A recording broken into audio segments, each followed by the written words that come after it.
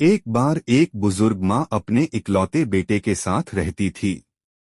बेटा नौकरी की तलाश में कई सालों से भटक रहा था, लेकिन उसे कहीं काम नहीं मिल रहा था। घर की हालत इतनी खराब हो गई कि कई बार दोनों को भूखा सोना पड़ता था। बुजुर्ग माँ रोज खाटू श्याम जी की तस्वीर के सामने दीपक जलाकर प्रार्थना करती और कहती, बाबा, मेरे बेटे की नैया पार लगा दो। एक दिन बेटे ने दुखी होकर कहा, माँ, अब मुझसे नहीं होता।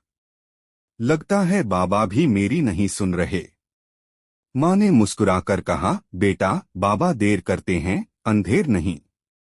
कुछ दिनों बाद बेटा इंटरव्यू देने दूसरे शहर जा रहा था। उसके पास बस का टिकट खरीदने तक के पैसे नहीं थे। तभी बस स्टैंड पर एक अजनबी व्यक्ति आया और बोला, बेटा, लगता है तुम्हें मदद की जरूरत है। उसने टिकट के पैसे दिए और बिना नाम बताए चला गया। बेटा इंटरव्यू के लिए पहुंचा।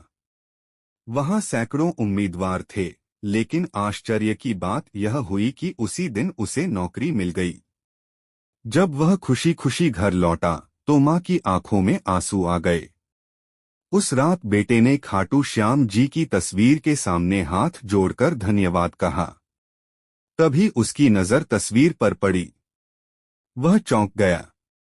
तस्वीर में बाबा के चेहरे की मुस्कान बिल्कुल वैसी ही थी जैसी उस अजनबी व्यक्ति के चेहरे पर थी जिसने उसकी मदद की थी। बेटे की आंखों से आंसू बहने लगे। उसे एहसास हो गया कि जब सब रास्ते बंद हो जाते हैं, तब बाबा श्याम किसी न किसी रूप में अपने भक्त की सहायता करने अवश्य आते हैं। सच्ची श्रद्धा, धैर्य और विश्वास कभी व्यर्थ नहीं जाते। खाटू श्याम जी अपने भक्तों का साथ सही समय पर अवश्य देते हैं।